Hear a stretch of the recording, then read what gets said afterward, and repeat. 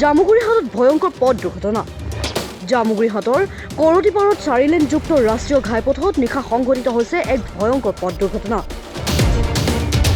মাছ কঢ়িয়াই অনা এখন বলেৰো পিকআপ গাড়ীত এখন ট্ৰাকে প্ৰচণ্ডজোৰে খুন্দা মৰাৰ ফলত সংঘটিত হৈছে এই পথ দুৰ্ঘটনাটো। দুৰ্ঘটনাত বলেৰো পিকআপ বাহনত অহা এজন লোকৰ থিতাতে মৃত্যু হয় আৰু লগতে দুজন গুৰুতৰভাৱে আহত হয়। আহত দুজনক উন্নত চিকিৎসাৰ বাবে তেজপুৰ চিকিৎসা মহাবিদ্যালয়লৈ প্ৰেৰণ কৰা হয়। দুৰ্ঘটনা সংঘটিত কৰিয়েই ট্ৰাকখনে পলায়ন কৰে। দুৰ্ঘটনাৰ ফলত ৰাষ্ট্ৰীয় ঘাইপথৰ ওপৰত মাছ সিঁচৰিত হৈ পৰে। দুৰ্ঘটনাত পতিত নিহত আৰু আহতসকলৰ নাম বৰ্তমানলৈকে জানিব পৰা হোৱা নাই। আচলতে ঘটনাটো কি হ'ল, মই অকণমান দেৰিকৈ আহি পাইছোঁ। তেনেকুৱা অহাৰ অৱস্থাত দেখা পাইছোঁ যে মাজত এজনটো ইতিমধ্যে বাছত টনা আজোৰা কৰি ওচৰৰ যুৱকসকলকে চবেই লাগি বাট তেতিয়ালৈকে আছিলে, কিন্তু খুব গাড়ীখন টনা আজোৰা কৰাৰ পাছত তেওঁ ইতিমধ্যে স্পট বুলি আমি গম পাইছোঁ, স্পট ডেথ হৈছে। বাকী দুজন ইতিমধ্যে 108 ইনফৰ্ম কৰা হৈছে, 3খন 108 ইতিমধ্যে আহি পাইছিলে। আমাৰ স্থানীয় থানাতো জনোৱা হৈছে, তেওঁলোক ইতিমধ্যে কৰ্তব্যৰত অৱস্থাত আছেহি। এইটো সম্ভৱতঃ মাছৰ আছিলে, আপোনালোকে চাগে ফটো ফুটেজত দেখিব। দুয়োকাষে মাছৰ উজান উঠা দি উঠিছে। হয়, সেইটো আপুনি দেখা পাইছে। আৰু সম্ভৱতঃ এতিয়া কেনেকৈ কি কাৰণে এক্সিডেণ্টটো হ'ল গম পোৱা নাই। আচলতে ট্ৰাকখনে খুন্দা মাৰিছে বুলি আমি আচলতে এটা ধাৰণাহে কৰা হৈছে, বা প্ৰত্যক্ষদৰ্শী ঠিক তেনেকৈ নাই কিহে খুন্দা মাৰিলে। কিন্তু বিষয়টো হৈছে এটা যথেষ্ট স্পৰ্শকাতৰ বিষয় যে আমাৰ এতিয়া ৰাষ্ট্ৰীয় ঘাইপথত এনেকুৱা ধৰণৰ এনেকুৱা ঘটনা এটা ঘটিছে। চাৰিওকাষত দোকান ট্ৰাকবোৰ বিশেষকৈ ৰখি থকাটোত এটা আমি ভাবিছোঁ মানে সাধাৰণ ৰাইজেও এইটো এটা ভাবিছে যে সাধাৰণতে গাড়ীবোৰ ৰখি থকাৰ কাৰণে একে পক্ষৰ অহা গাড়ীবোৰ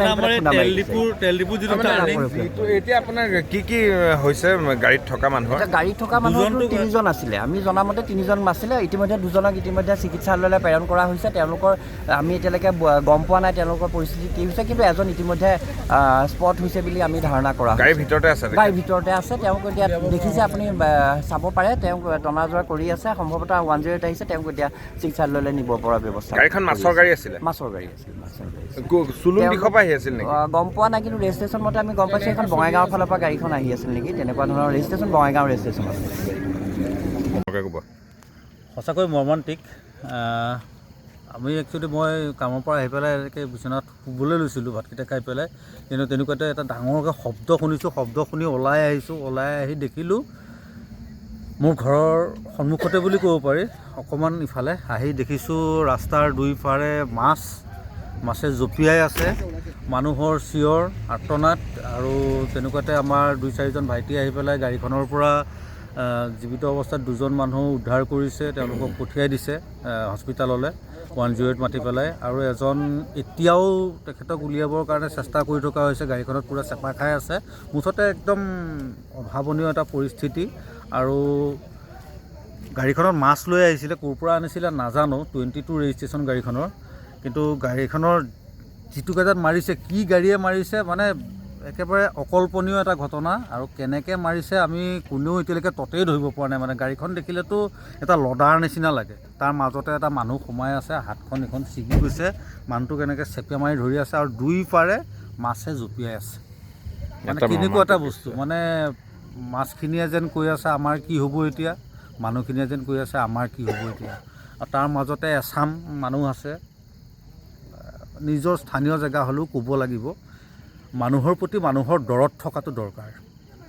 মাছ মাংস আমি সদায় খাই থাকোঁ, কিন্তু মাছ মাংসৰ প্ৰতি এনেকুৱা যে লোভ আছে, মই একচুৱেলি আজি প্ৰথম দেখিলোঁ। আৰু সেইটোক লৈ পেলাই কিন্তু মই নিজৰ স্থানীয় হ'লেও মই নিজেই লজ্জিত অনুভৱ কৰিছোঁ।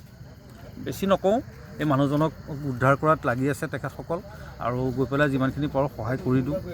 মানুহজনক উলিয়াব পাৰিলে, মানুহজন অলপ আগলৈকে জীয়াই আছিলে, কিন্তু এতিয়া আৰু তেখেত নাই। তথাপিতো মানৱীয়তাৰ ক্ষেত্ৰত আমি তেখেতৰ লাছটো বাহিৰলৈ উলিওৱাটো দৰকাৰ। আৰু আটাইতকৈ দুৰ্ভাগ্যজনক ঘটনা, আমাৰ জামুগুৰি থানাখনে এতিয়ালৈকে এখন কেৰেঙৰ ব্যৱস্থা কৰি দিব পৰা নাই। আমাক কি ক'ম আৰু, ধন্যবাদ।